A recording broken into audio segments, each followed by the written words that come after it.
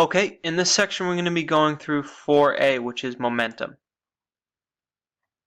So the first thing in this section, momentum, right? Momentum.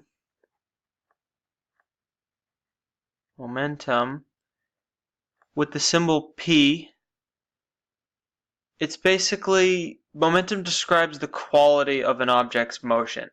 I know it's kind of vague, but describes kind of how strong or weak an object's motion is. For example, you had a small object and a large object, and they were both moving at the same velocity. They're both moving at the same speed.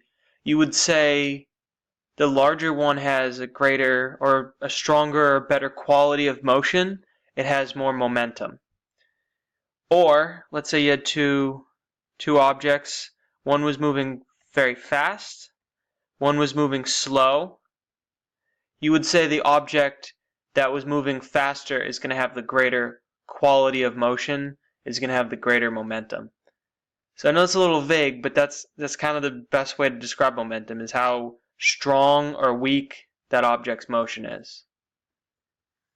So momentum is going to be a vector quantity, vector, meaning it has a magnitude, it has a size, and it has a direction. And it's going to have the standard metric units of Newton seconds. So ns, n times s, right? If you see like 5 ns, Newton seconds. You might also see this other one, kilogram times meter per second. Both the same thing. They're both valid units. So momentum, I kind of said, kind of like conceptually what it is. Mathematically, what momentum is it's the product of mass and velocity. So momentum P is equal to mass times velocity.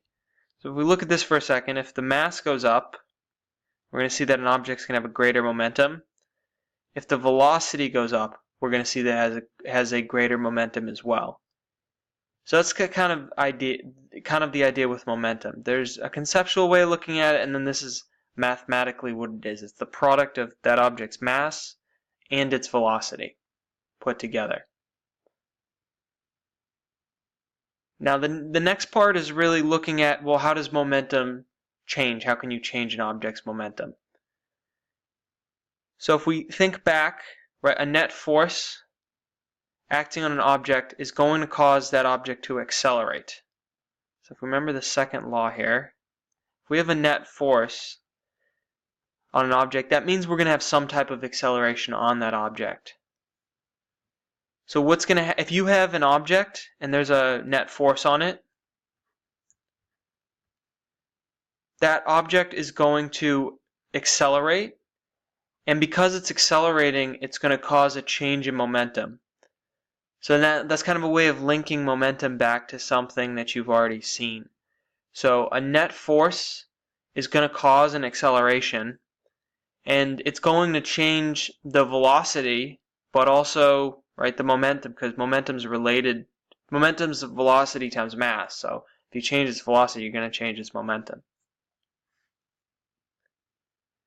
Now the change in velocity, it has a specific word or a specific term, and it's called impulse.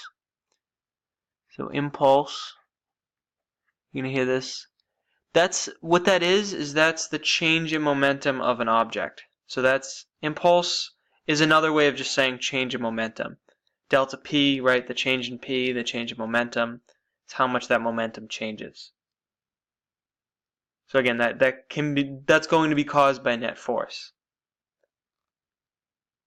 And then this last idea is an equation that'll help us. It's called the impulse momentum equation, and what it does is it helps you relate the force on an object to how that object's momentum is really going to change. So it's written out like this. It's really just it's basically saying they're all equivalent to each other. I'll write it out a little differently if that helps. So we got the delta P, the impulse, the change in momentum, is equal to two things. It's equal to m times the change in velocity. So it's equivalent to mass times the change in velocity of an object. It's also equal to, right, that impulse could also be equal to the net force on that object times the t, the amount of time that that force is being applied.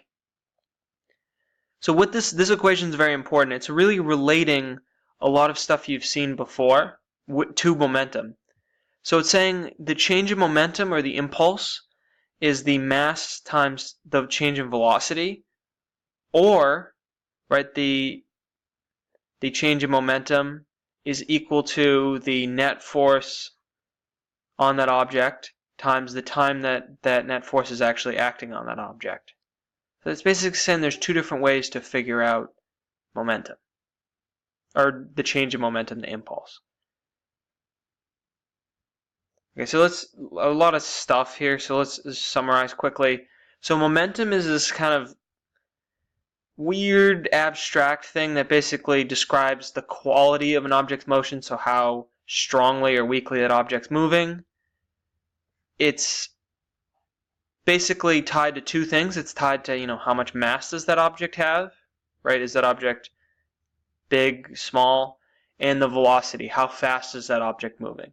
So again, momentum mathematically is really tied to two things. It's mass and its velocity. You change momentum by applying a net force to something, and that change in momentum is called impulse.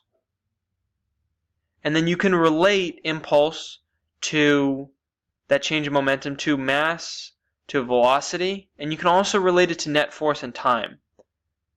So that's really the idea. There's this thing called momentum. You can calculate it, and it's related to a bunch of other things we've seen before. It's related to velocity, it's related to force, it's related to time and mass. So it's probably a lot of stuff. I think it's going to make a lot more sense after you see a problem out. So we're going to do that on the next page. Here we go. So again, see if you can solve it out first. Even if you can solve part of it, that's helpful. If you can write out the equation, if you can get a picture, if you can get your knowns and unknowns down, that's helpful even if you're not able to completely solve it. So let's see if you can solve that first, or at least get it set up.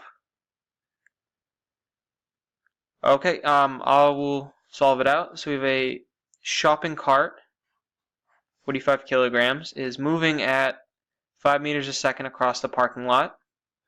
Then it slows to a stop in 10 seconds. So moving, slows to a stop. A is asking what's the impulse on that shopping cart. So what is delta P impulse? What's the change in momentum? So we know a bunch of stuff. We know that the mass is 45 kilograms. We know that the initial velocity is, 5 meters a second. We know that the final velocity is 0 because it comes to a stop. And that the time is 10 seconds. So this is all happening within 10 seconds. So that's really all the knowns. Now it's really giving you some kinematic stuff, and it's asking you to find impulse. The way to find that would be with the impulse momentum equation. And really what we have is we have mass and we have a bunch of stuff about velocity. So the easiest way to find that is with this, part of that equation. It's with delta P is equal to m delta V, where the change in momentum is equal to mass times the change in velocity. This is going to be equal to delta P is equal to m. Delta V is, the delta anything is final minus the initial, so it's really VF minus VI.